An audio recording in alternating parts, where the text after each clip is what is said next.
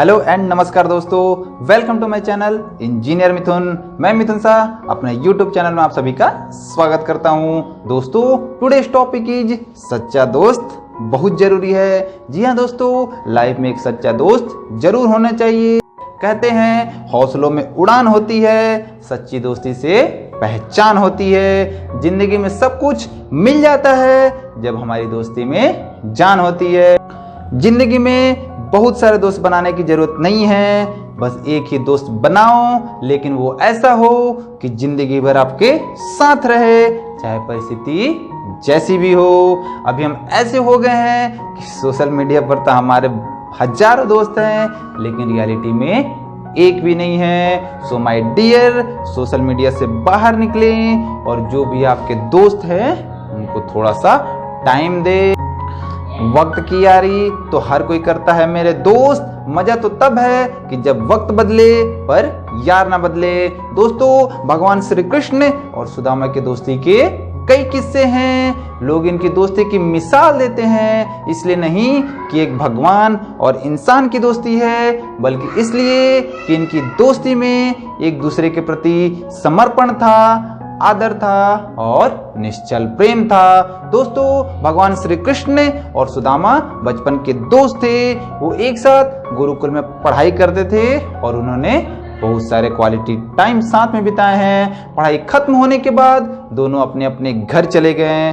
सुदामा एक ब्राह्मण पुत्र थे, वो गरीब परिवार से थे, इसीलिए वो भिक्षा मांग करके अपना जीवन यापन करने लगे। भगवान श्री कृष्ण ने कंस का वध किया और द्वारका के राजा बने, लेकिन दोनों का एक दूसरे के प्रति प्यार हमेशा बने रहा। सुदामा स्वाभिमानी थे और साथ ही भगवान के सच्चे भक्त भी थे। भिक्षा में जो भी मिलता वो पहले भगवान को भोग लगाते और उसके बाद अपने परिवार को खिलाते थे। देखते ही देखते वो बूढ़े हो गए और उनके बच्चे बड़े हो गए। एक दिन की बात है, सुदामा की पत्नी सुशीला ने सुदामा से पूछा कि मैंने सुना है भगवान श्री कृष्ण द्वारकाधीश आपके बचपन के दोस्त हैं, तो आप क्यों नहीं उनसे मिल करके मदद मांगते? अरे अपने लिए नहीं, अपने बच्चों के लिए।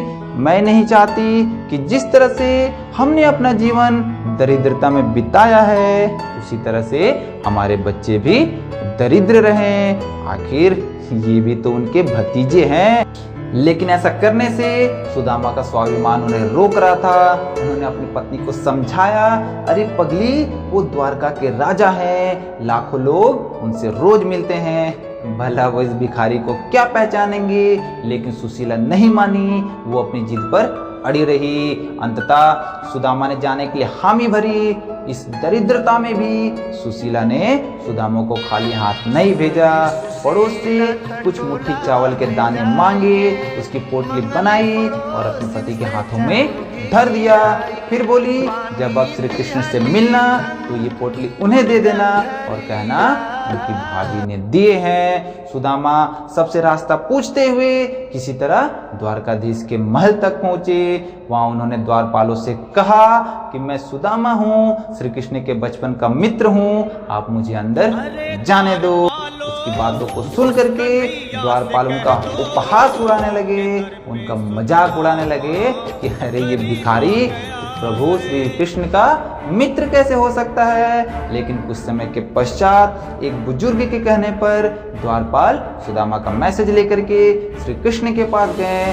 श्री कृष्ण ने जैसे ही सुना कि उनका मित्र सुदामा उनसे मिलने के लिए आया है, तो सारा काम का छोड़ करके नंगे पैर दौड़े चले आए और आकर के सुदामा को गले से लगा लिया और पूछा, कैसे हो मित्र, आने में इतनी देर क्यों लगा दी?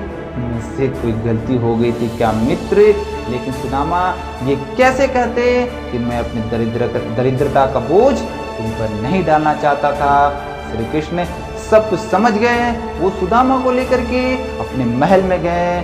सुदामा कुछ दिनों तक श्री कृष्ण के साथ उनके महल में रहे और फिर वो श्री कृष्ण से विदा लेकर के अपने घर को चले आए। ना तो सुदामा ने श्री कृष्ण से कुछ कहा और ना ही श्री कृष्ण ने उनसे कुछ पूछा। लेकिन जब सुदामा अपने गांव पहुंचे तो अपने झोपड़ी के स्थान पर भव्य महल को देखकर के वो आश्चर्यचकित रह गए। वहां उनकी पत्नी सुनहरे कपड़ों में गहने से लदी हुई सुदामा का वेट कर रही थी। यह देख करके सुदामा सब समझ गए। उन्होंने मन ही मन श्री कृष्ण को धन्यवाद दिया। सो माय डियर दोस्त, ऐसा ही होना चाहिए जो बिना कुछ कहे सब कुछ समझ जाए कि आपको क्या चाहिए, आपकी क्या परेशानी है और इसका समाधान के लिए वो दुनिया से भी लड़ जाए। सो माय डियर, आज की वीडियो में इतना ही। अगली बार एक नए टॉपिक के साथ आपके पास फिर से आऊँगा। तब तक के लिए be happy and enjoy the day.